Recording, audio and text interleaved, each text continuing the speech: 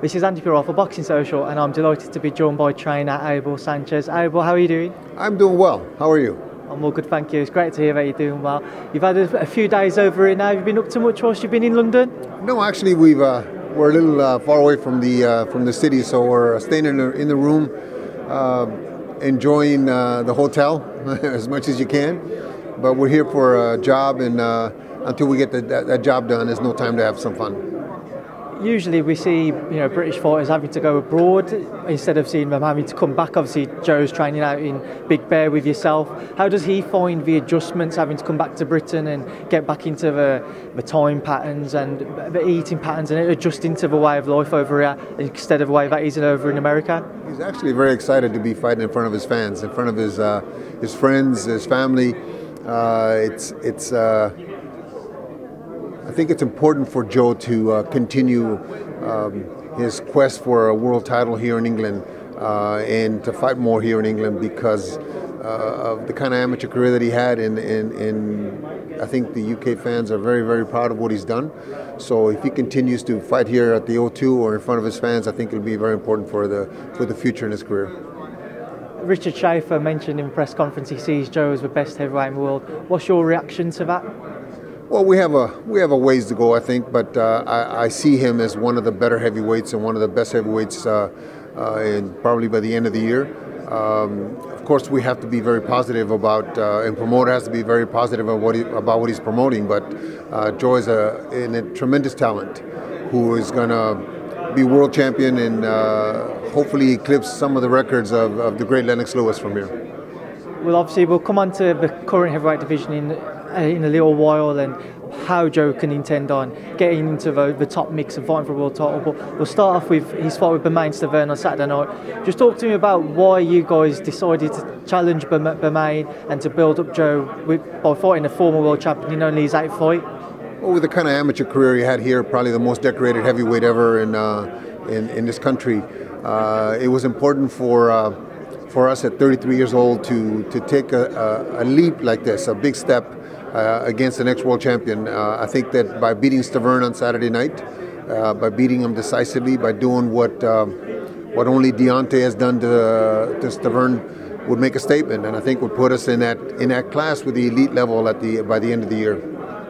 Bermane came in for some criticism on the back of his loss to Deontay Wilder, where he was stopped.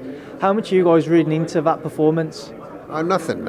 In the heavyweight division, one punch can change a fight. One punch can make a difference. And when he got caught with that straight right hand, there was nothing, especially when Deontay hits you with a straight right hand like that, so clean. There's nothing you're going to be able to do. So I looked at some video of him, but we prepared for the Stiverne. I believe the most motivated Stiverne that I've ever seen was when he fought Areola. I think that he was still hungry. I think that he was in shape. I think that that's the Stiverne that we're prepared for, and hopefully that's the Stiverne that shows up on Saturday and is going to give us a great fight. And then on the other side of the coin, for Joyce, if he was to look at the Deontay Wilder knockout of Bermane Stiverne, does he feel that he needs to deliver a similar performance and get him out of there, if not just as quick, very soon and early on in the fight? Oh, absolutely not. Joyce has 7 fights right now. These are the kind of fights that prepare you for the Deontay Wilders and the Tyson Furies in the future. Deontay at the time was 39-0 with 38 knockouts. So if you start trying to compare yourself at an early stage to a great fighter like Deontay, I think that it thwarts your development. This is the kind of fight that's going to prepare us to be able to face a Deontay Wilder in the future. Now, talking about Joe and his ambitions to try and break into that world scene, obviously Anthony Joshua has 3 of the belts tied up, 4 if you include the IBO, and the other belt is with Deontay Wilder, waiting on news whether the Tyson Fury rematch will be made. How difficult can it be to try and force yourself into a position where you can get that title shot? I think that's too early for us to even think about. I think that Stiverne is the first fight we got to get over and have 2 or 3 more fights before the end of the year. There's some junior titles that he could be putting around his waist until the end of the year, maybe 3 more fights. When that time comes, not only Deontay but Joshua and Tyson Fury have some important fights coming up that will thin out the ranks, and we'll find out exactly who's going to be left standing by the end of the year. So I think that's a little premature for us, for me anyway, as a coach, to be thinking about those guys right now. I think the end of the year is probably a more adequate time to be thinking about them. So provided obviously Saturday night goes to plan, are you saying by the end of the year you would like to be looking at the world title scene and seeing how you can break into that mould? Oh, absolutely. I think by the end of the year, Joe has 3 more fights besides this one. And those guys have fought each other, and we have determined who is still standing. And then the managers can make plans and the promoters can make plans on who to schedule for the first quarter of the year after. Obviously, Joe spent a lot of time out in America for the past part of his career. How come you guys have decided to bring him back to Britain now? Is this maybe a step you see continuing to happen over the coming months and years, or do you see him going back out to America and looking to fight out on the shows out there? I sure hope so. I hope that he fights here and he fights in America and he fights in other places around the world. When you become a world champion, I think the word lends itself for you to be able to show your wares in all parts of the world. If there's possibilities to fight somewhere else besides the U.S. and the U.K., of course. I think that the fans around the world, there's a lot of fans around the world for Joyce and for the world champions that are there right now. Now, to touch on the heavyweight division, yesterday we saw the Anthony Joshua and Jarrell Miller press conference to kick off the beginning of their fight. What are your thoughts on that matchup and the bout? That's a good matchup. I think Anthony wins, but I'm still not too positive about his whiskers. I think he's got to be careful.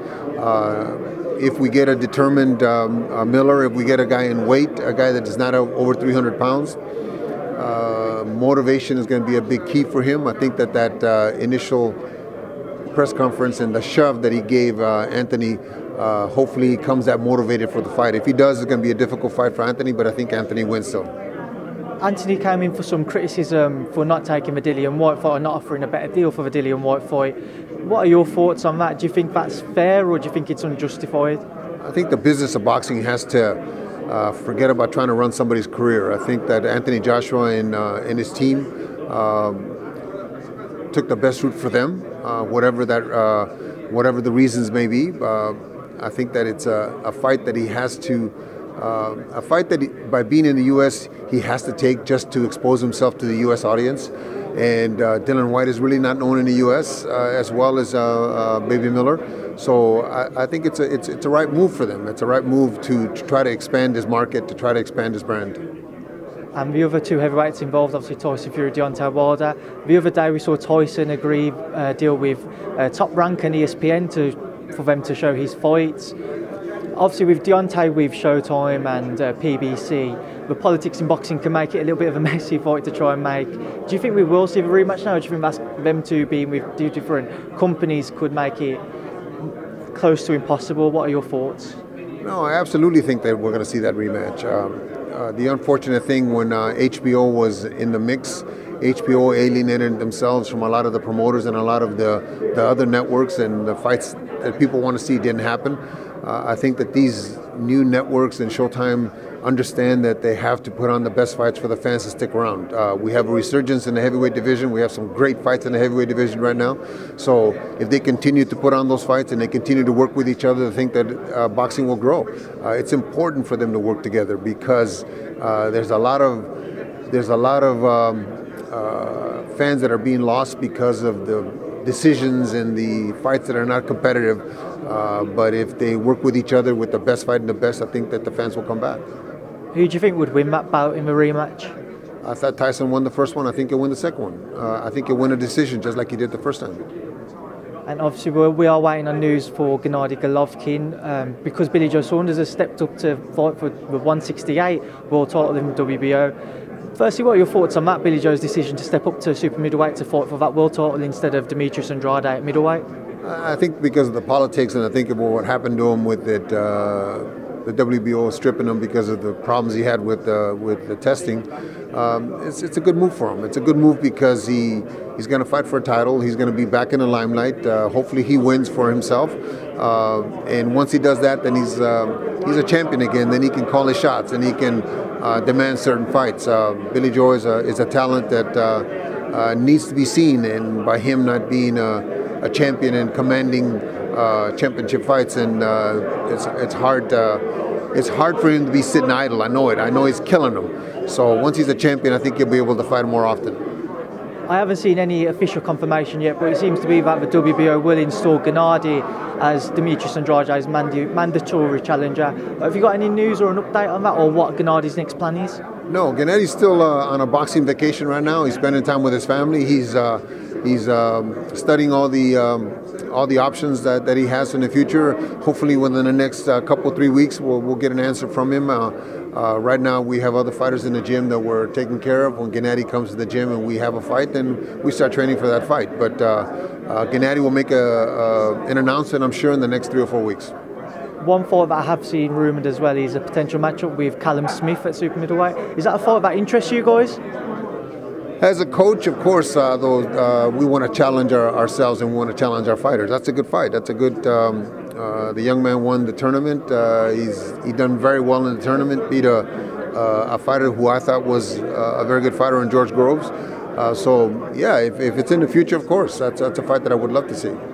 Finally, I've only just realised I didn't ask you about the main event for Saturday night, James DeGale versus Chris Eubank Jr. What are your thoughts on it? My thoughts are that if James is 80% of what he used to be, he wins a fight. I don't think that Junior has the intestinal fortitude that his father had. His father was a creative genius inside the ring and did what he needed to do to win. I don't think that Junior has those qualities.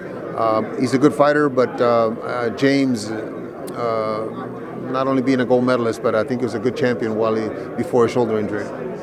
Chris Eubank Jr. teamed up with trainer Nate Vasquez, his first trainer, or permanent trainer he's had on his team. Has he left it too late in his career to bring in a trainer? No, it's always a good idea to bring in a trainer. It's always a good idea to bring in a mind that is different than what you've been hearing.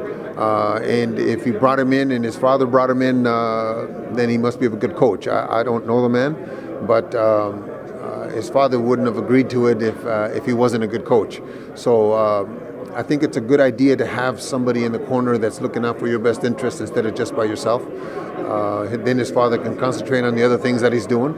But it'll be a plus, but I still think that James wins. I think that James is more of a talent.